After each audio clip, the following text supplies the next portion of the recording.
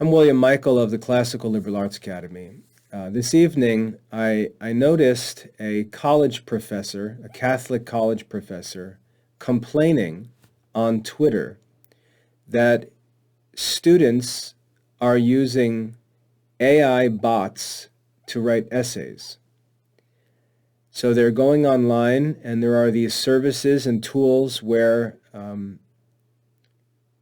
a computer program using artificial intelligence can compose an essay that students can then use either as the basis for their own assignments, or they can simply turn in. And because they're produced by artificial intelligence, the students aren't actually copying anything off the internet. So if a professor had a suspicion that the student was copying, and he went onto the internet and searched, he would find no evidence of copying, because technically it's not copying.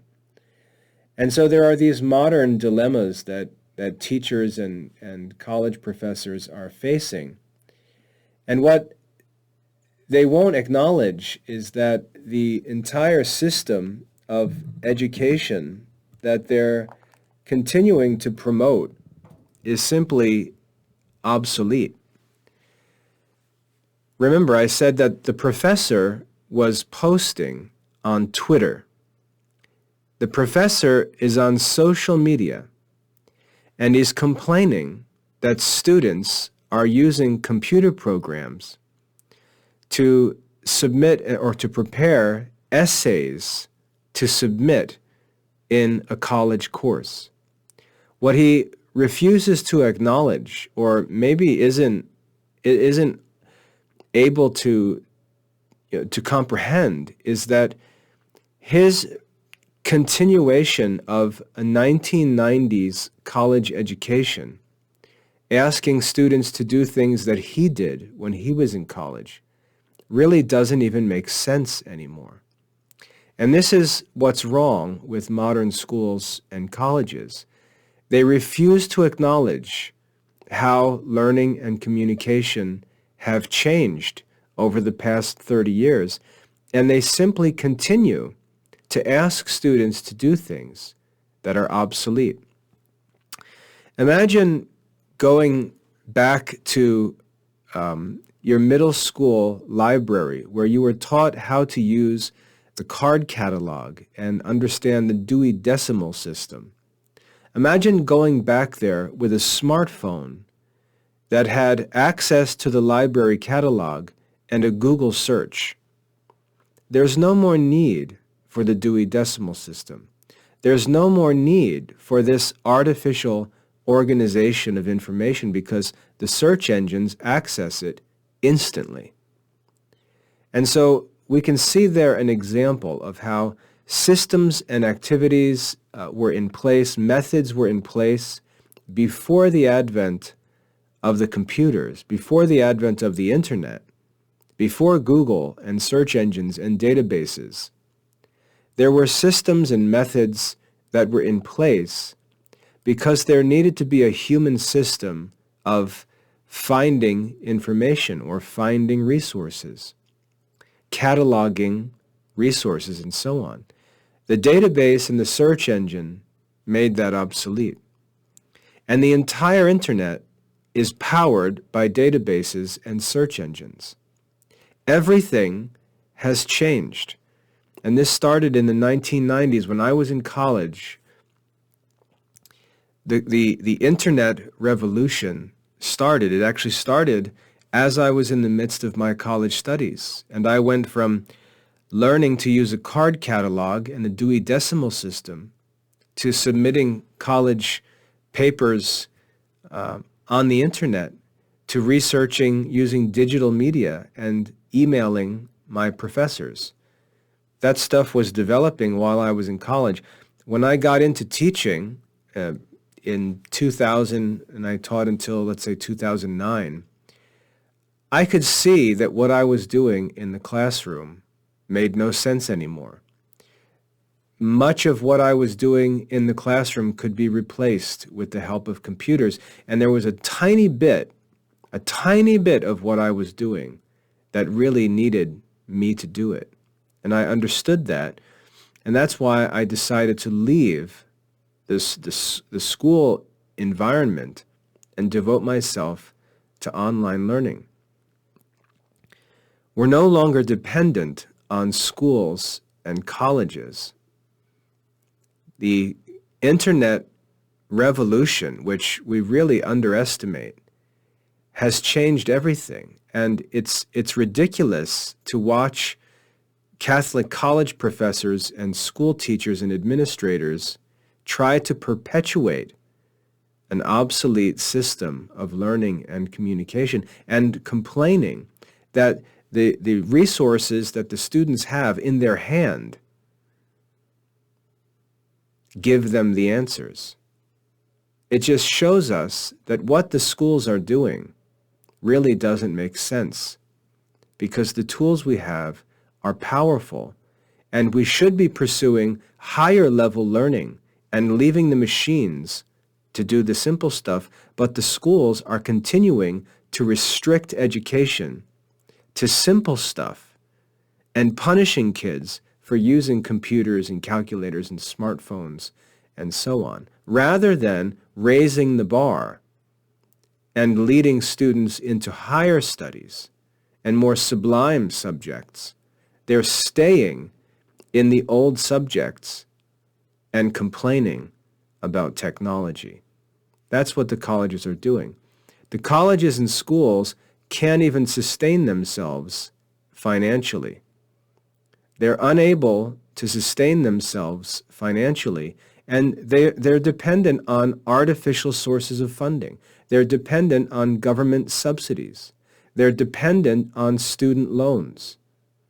There's nothing practical or even prudent about these modern schools and colleges. They're simply perpetuating an obsolete world of communication and learning for their own personal income. Very short-sighted and selfish. And they just ignore the financial crisis that their students are in. And it gets even worse. I teach my own children to understand the internet because, like I said, the opportunities that the internet provides us with are really difficult to comprehend. If you think about it, students used to be sent to school because families didn't have books.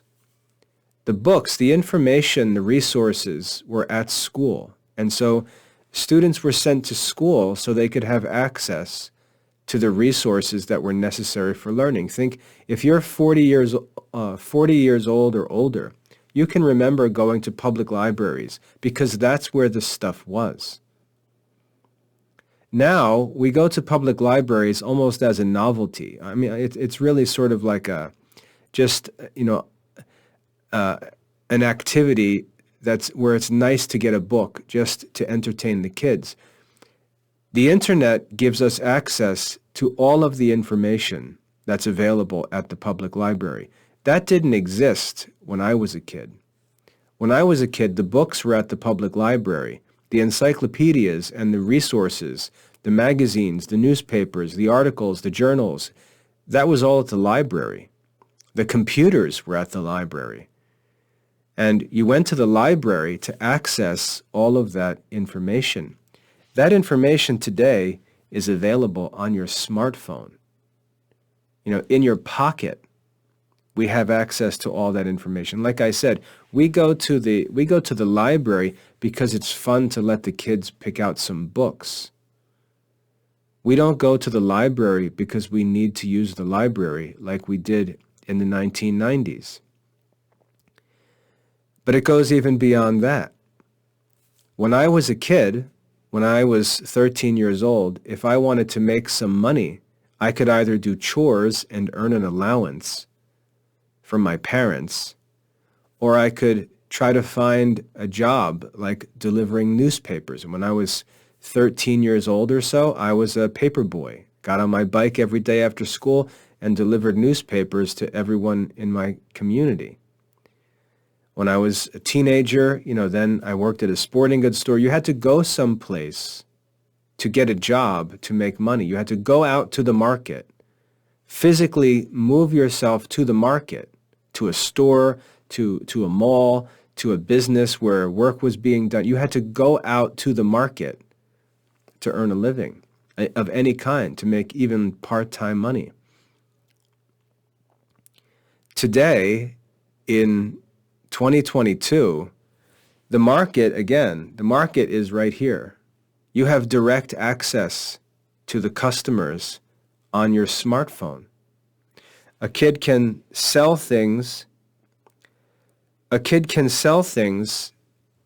to members of the market on his computer from his couch in his living room. The market is directly accessible through the internet, whether you're on a computer, whether you're on a smartphone, a tablet, whatever. You have direct access to the market wherever you are. If you want to be a writer, you can just write and publish your writing directly to the reading audience. If you want to sell something, you can just get to it and sell stuff to the market, which is available to you directly on the internet. You wonder why the local stores are closing and and Amazon is booming. It's because Amazon just deals directly with the market through the internet. And that same market is accessible to us at home. It's accessible to our children at home. It's accessible to every young adult wherever he's at. He has direct access to the market. If you'd like to be an artist, you can paint or draw or sculpt and just sell your stuff directly to the market.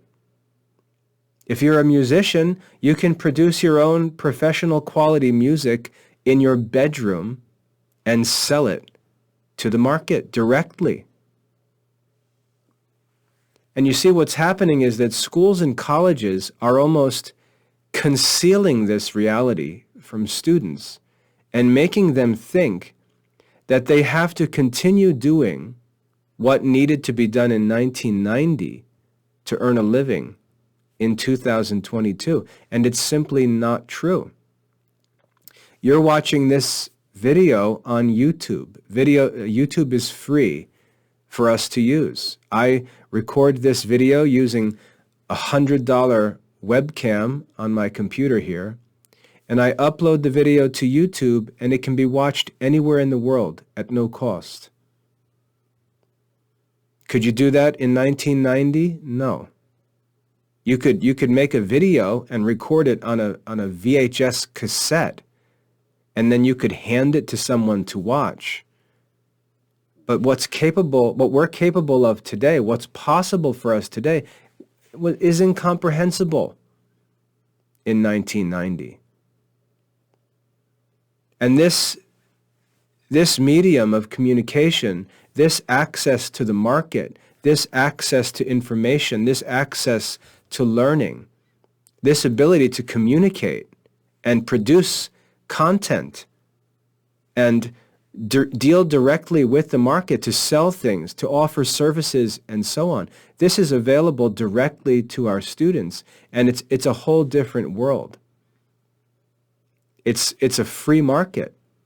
If you're skilled and if you work hard, you can bring your products and services, your learning, your art, whatever it is that you're interested in doing, you can bring it directly to your market. And it's a global market, not even a local market. It's not like getting a booth at the local flea market or renting some store space in the local mall. That's obsolete. Think of how expensive it was to rent some store space in a mall so that you could have access to the market, which was the customers coming to visit the mall. Today, you don't need anything. You can build a website for a few bucks a month and have direct access to a global market 24 hours a day. And you can see that the modern schools and colleges are almost preventing the children from understanding what's going on and what they have access to and what they can do. You can learn to program computers and build websites and do all sorts of things for free. All of the instructions are online. You can access infinite catalogs of books and resources online for free.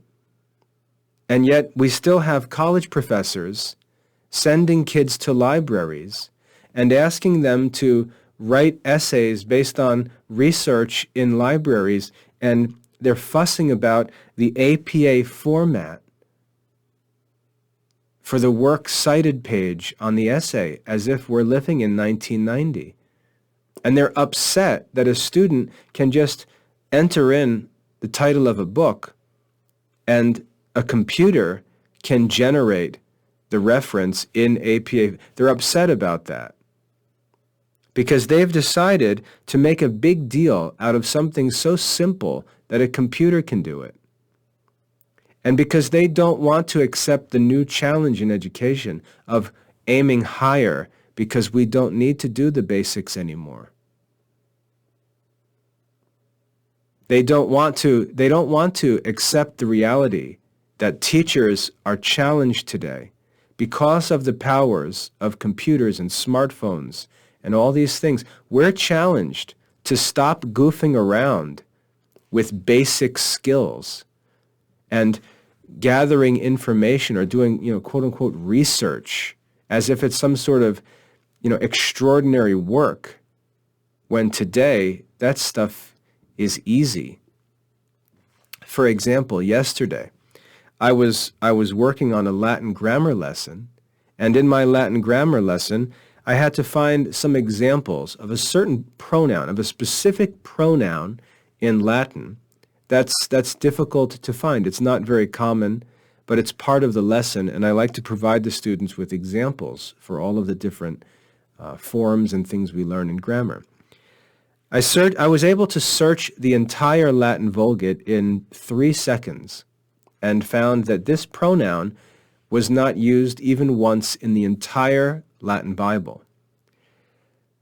So I was able then to go online to another database and search all classical Greek and Roman materials and find this pronoun in a work by the Roman poet Terence, where I could easily pull that line from Terence's work in Latin and bring it into my lesson.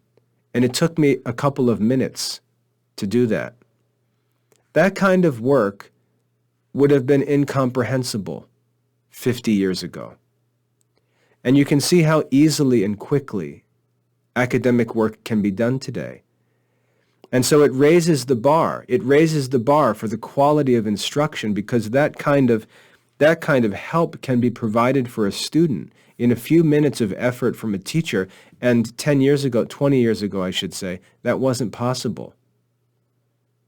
The standard for what teachers should be doing is far higher than it was 20 or 30 years ago. And teachers are simply living in denial of this reality and continuing to work like teachers in the 1990s. They're continuing to emphasize skills that aren't even necessary anymore. And again, just to give an illustration, it's like teaching children the Dewey Decimal System in the Google age.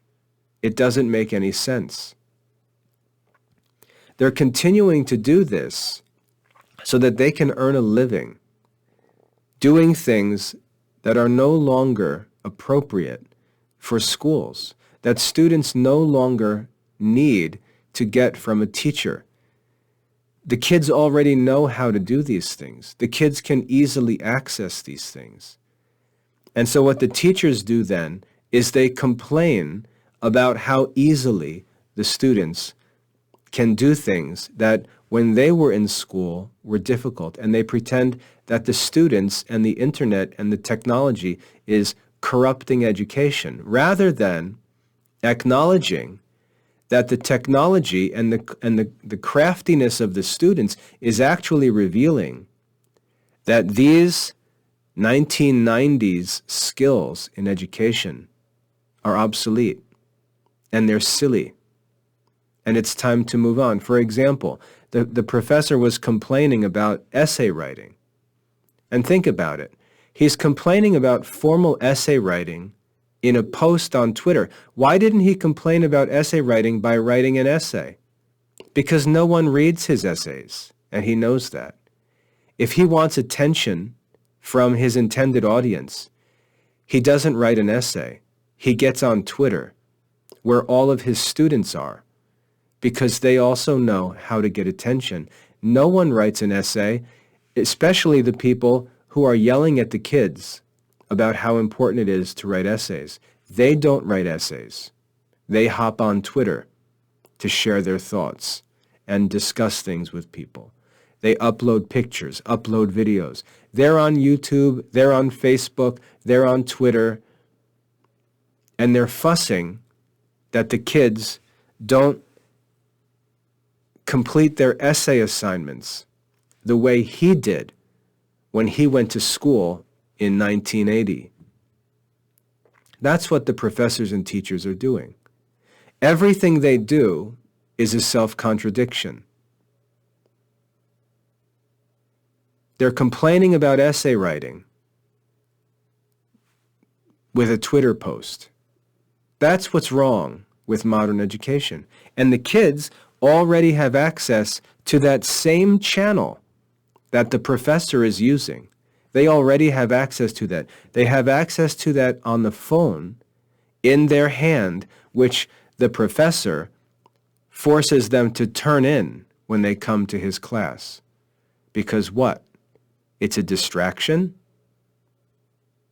What's actually the distraction to these children's lives are these obsolete school classes and college programs. That's what's actually distracting these students. These students have access to the resources and audiences and markets when they're 16 years old, and then have to turn away from them and subject themselves to this college education that zaps the four of the richest and most important years of their lives, at least four, and bills them tens of thousands of dollars so that they can get a degree, which they then stick in a file cabinet and then return for work to the resources that they had access to when they were 16 years old.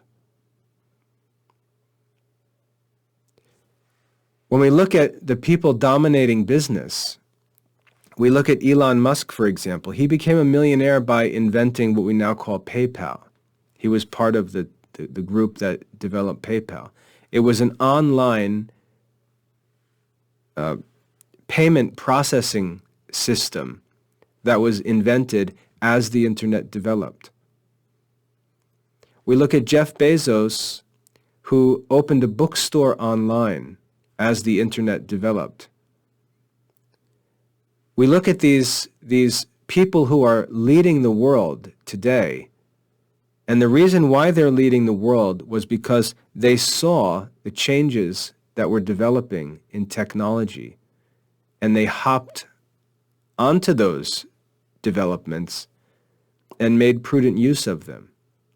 While these college professors in schools did and continue to do the opposite.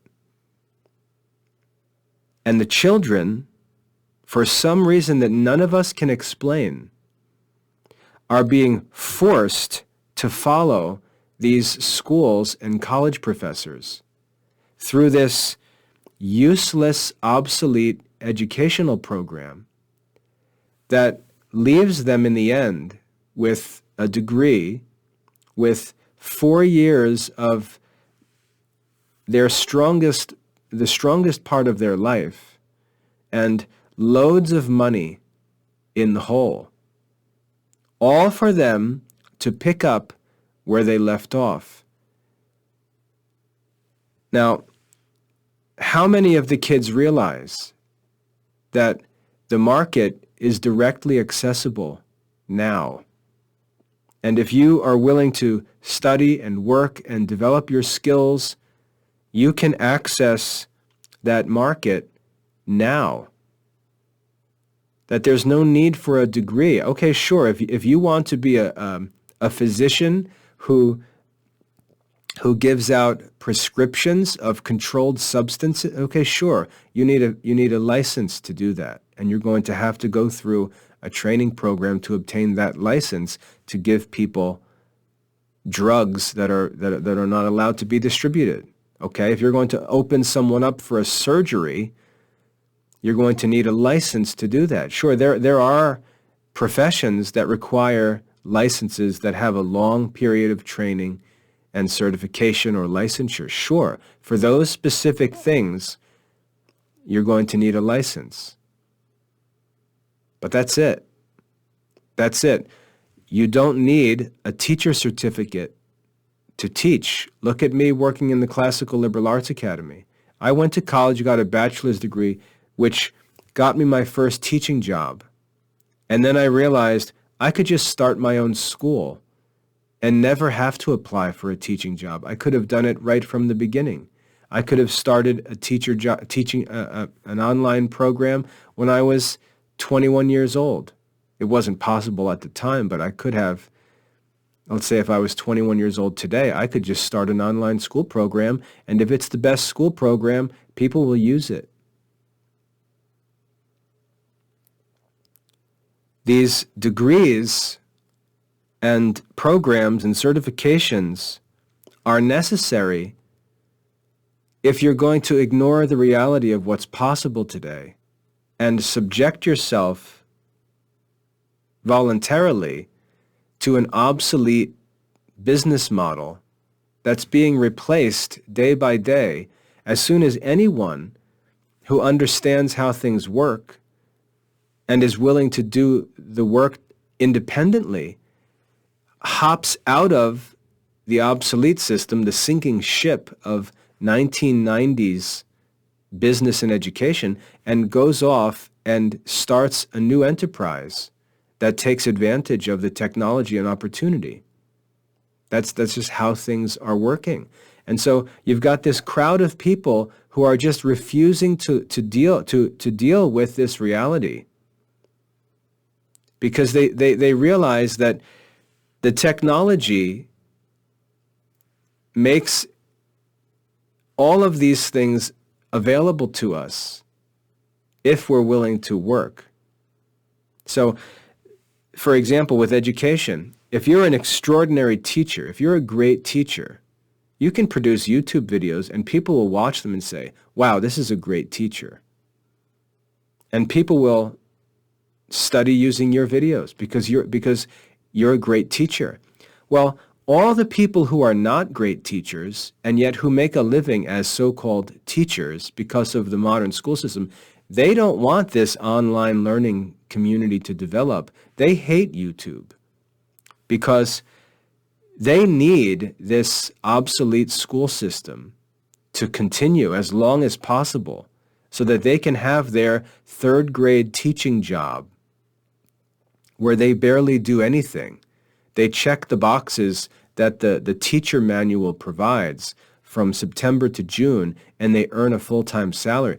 That whole world of local education is on life support. The stores went first. The local stores went first. The local schools are going next. The college campus is going next. My kids are in their 20s in college. They don't even need to attend classes if they don't want to. One of the biggest challenges for me in college was attending classes because it was mandatory. And so if you wanted to work or do other things, the problem was you had to get to class. I lucked out because the classics chairperson gave me permission to skip class because I was a good student. But the challenge of college in the 90s was you had to get to class. You couldn't afford to work. There was no time. My kids don't even have to go to class. They don't even need to be on campus. They can participate in online classes or just do their work online and submit their stuff and get their grades. The college campus is obsolete. It's a sinking ship, and yet there are thousands and thousands of men and women who can only make a living because that system continues to live on life support, as it were, with all of this ridiculous government funding and debt funding through student loans, keeping it alive.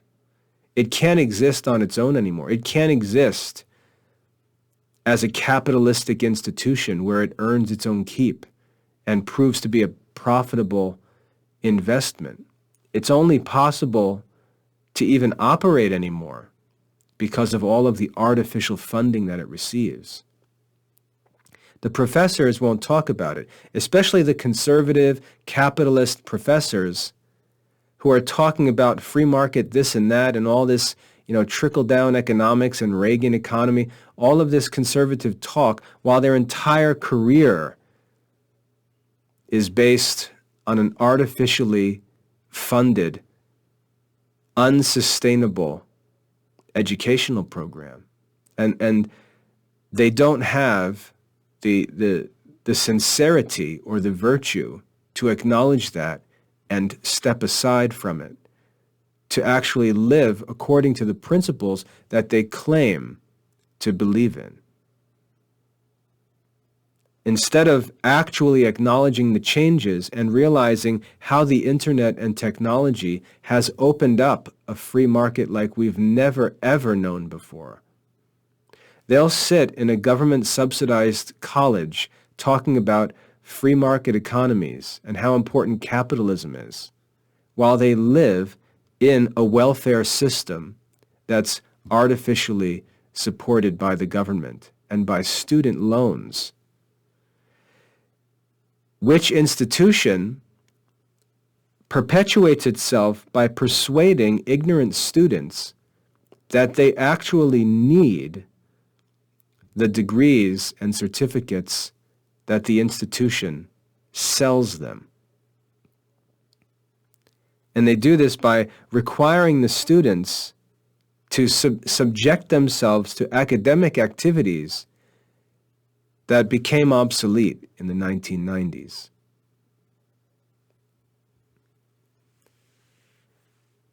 This is the situation in modern education and why it's so destructive. These kids, our kids, with all their unique personality, all their hope and excitement about life, they have direct access to the audiences and markets, even to the professionals and experts, direct access at home, 24 hours a day. And they're taught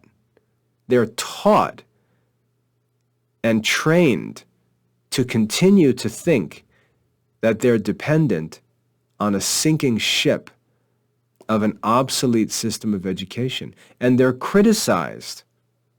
They're criticized for being interested in video games. They're criticized for being interested in having smartphones and texting their friends and posting on Instagram and chatting and watching YouTube. They're criticized for these things.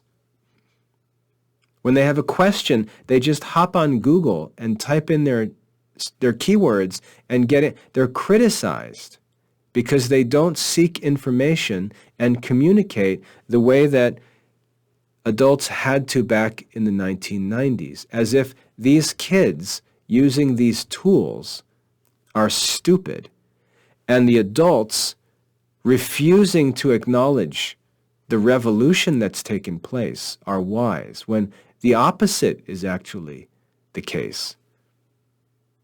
I'm amazed to watch my kids use the technology because it's just normal for them. What you'll notice about adults is we'll get computers and smartphones and all this cool stuff, and we'll use the technology to simply do old-fashioned things, like I'll type an email and send an email using my smartphone or my computer. We do old-fashioned things using the technology. The kids think totally differently. For example, if there's a screen with information on it, let's say that there's a password or login information on my screen, I'll grab a piece of paper out of the drawer and jot down the username and password, or I'll copy and paste it into an email and send it to myself.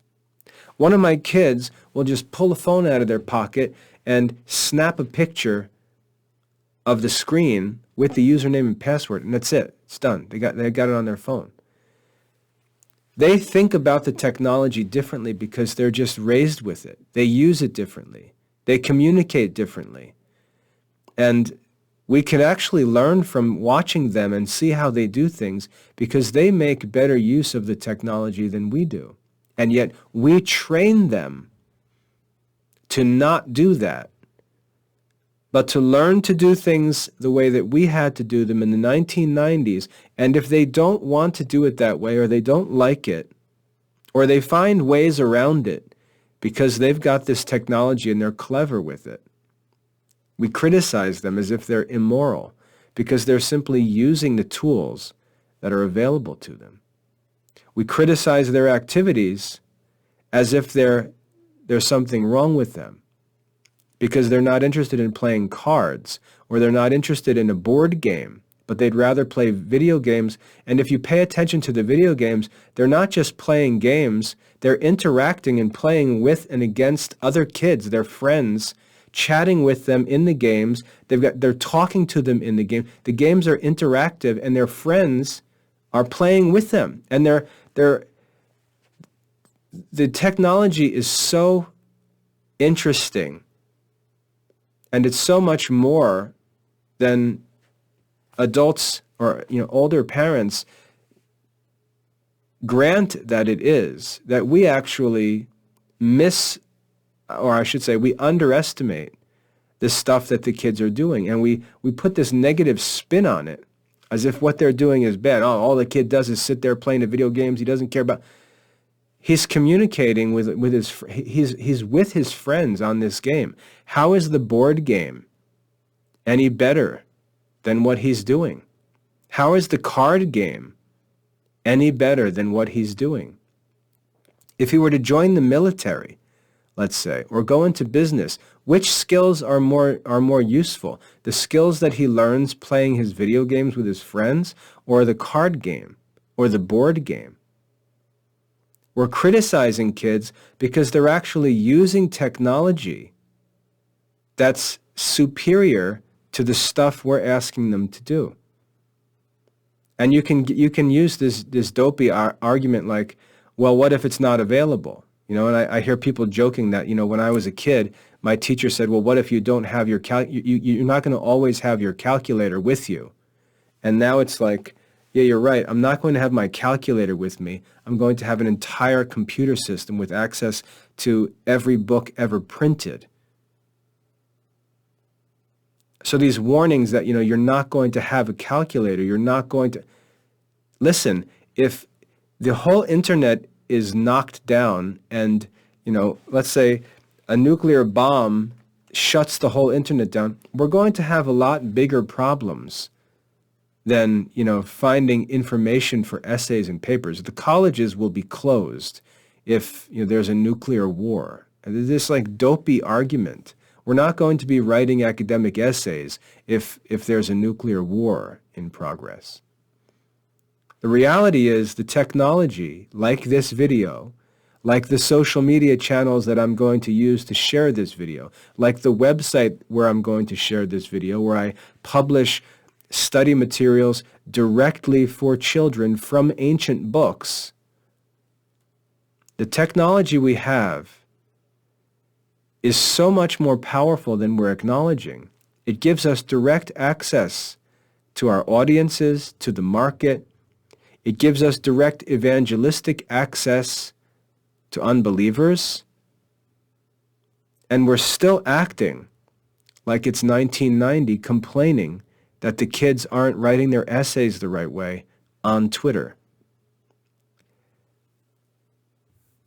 In order for us to move forward and help our kids We have to get with the program, because these tools give our kids opportunities that are amazing, and we're wasting them. They watch us and learn bad habits from us. For example, a parent may say, "Hey, you know what? I'm going to read the Bible." So they pull out their Bible and they read the Bible from a printed Bible, and then they grab their prayer book over here and they say their prayers from a prayer book, and then they go on the internet and they watch some silly video or a movie, or they listen to music on the internet. So they use the technology for entertainment. And then when they study or when they pray, they pull out books. And so our children learn that the internet and the computer and the phone are for entertainment.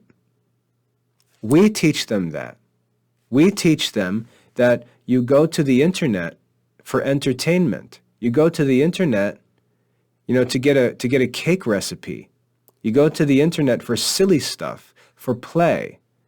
And the kids learn to think about the internet as sort of a paradise for play.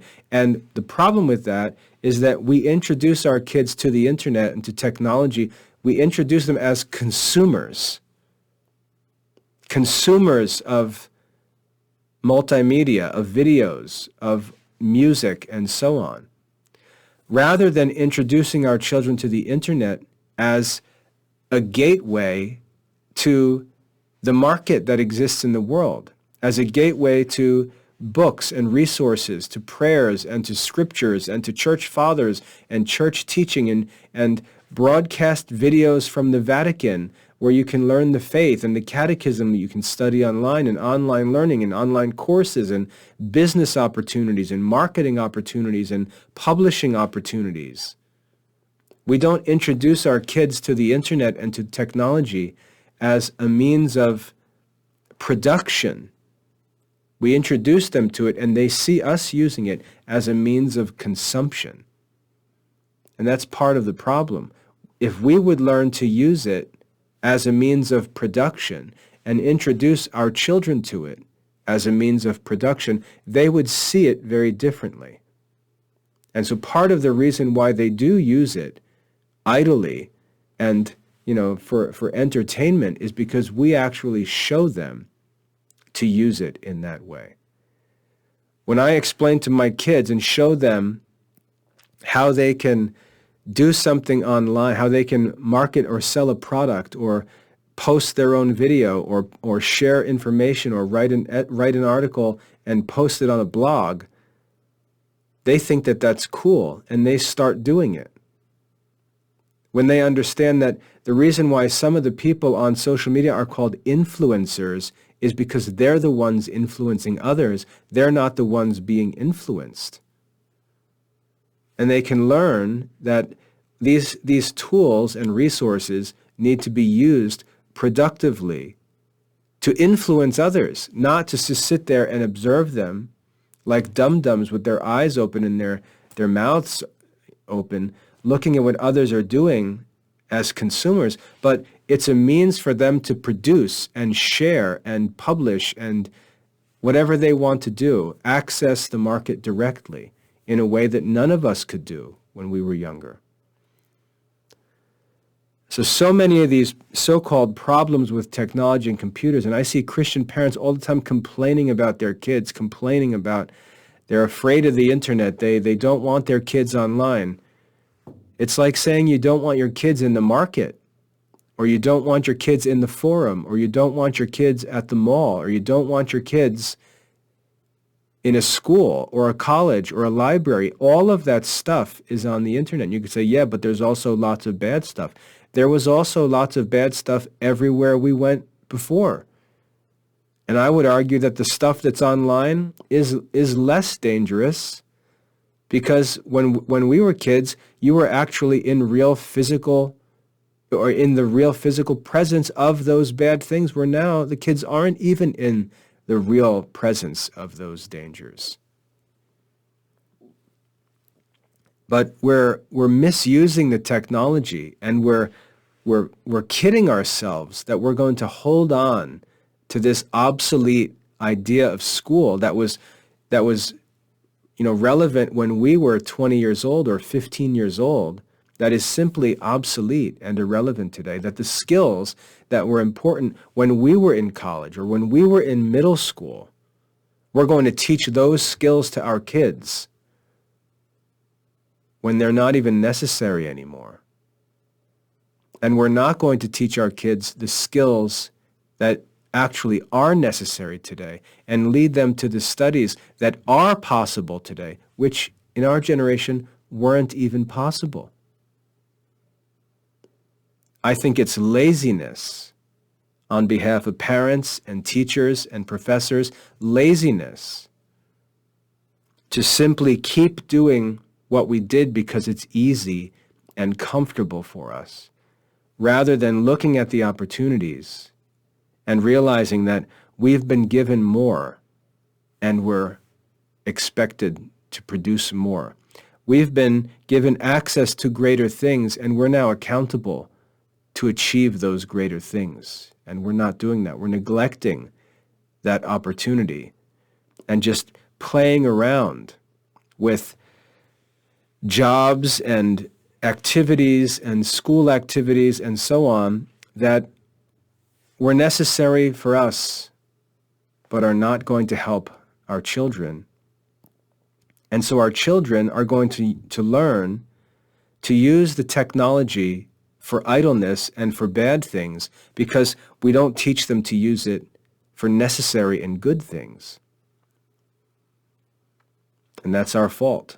So rather than criticizing the kids because they don't use a printed dictionary or consult a printed encyclopedia or use the card catalog or write a formal essay and use APA format when they document the books that they use to research the topic, rather than do all of that stuff, rather than train your child to be terrified of a job interview, teach your child that he has direct access to the audience, to the market, to the museums. He has direct access to everything. And if he will study and work, he can pursue his interests. And he has direct access to the end points of those works directly, now, conveniently, affordably. And he should be challenged to go get it, to go pursue the things he's interested in. The studies, the writings, the works, the sales, whatever it is that the kids are interested in, they shouldn't be trained to think that they're dependent on this obsolete system. But they should be taught that it's accessible right where they are. They can have a family and they can raise their family without any need to subject themselves to the office culture, because they can build their own business and directly access the market. All of these excuses for worldly living and compromises that were common in past generations are no longer relevant. They're no longer true. You don't need to do this or that or this or that to have a job. The job can't be used as an excuse anymore when you have direct access to the market. So I just wanted to share that because as one who has worked with technology and with these media over the past 20 years and has used them for classical Catholic studies and classical Catholic education, it just drives me nuts when I see parents and schools and college professors continuing to try to perpetuate obsolete ways of life and learning and pretend that there's some moral superiority to them, and to criticize the kids for making use of the resources available in their generation, which they're going to have to work with as adults, as if that's not moral. What's immoral is trying to continue to perpetuate an obsolete system because it's comfortable for you and you don't have to learn new things or do more work. That's the immoral thing, not what the kids are doing. I hope that's helpful.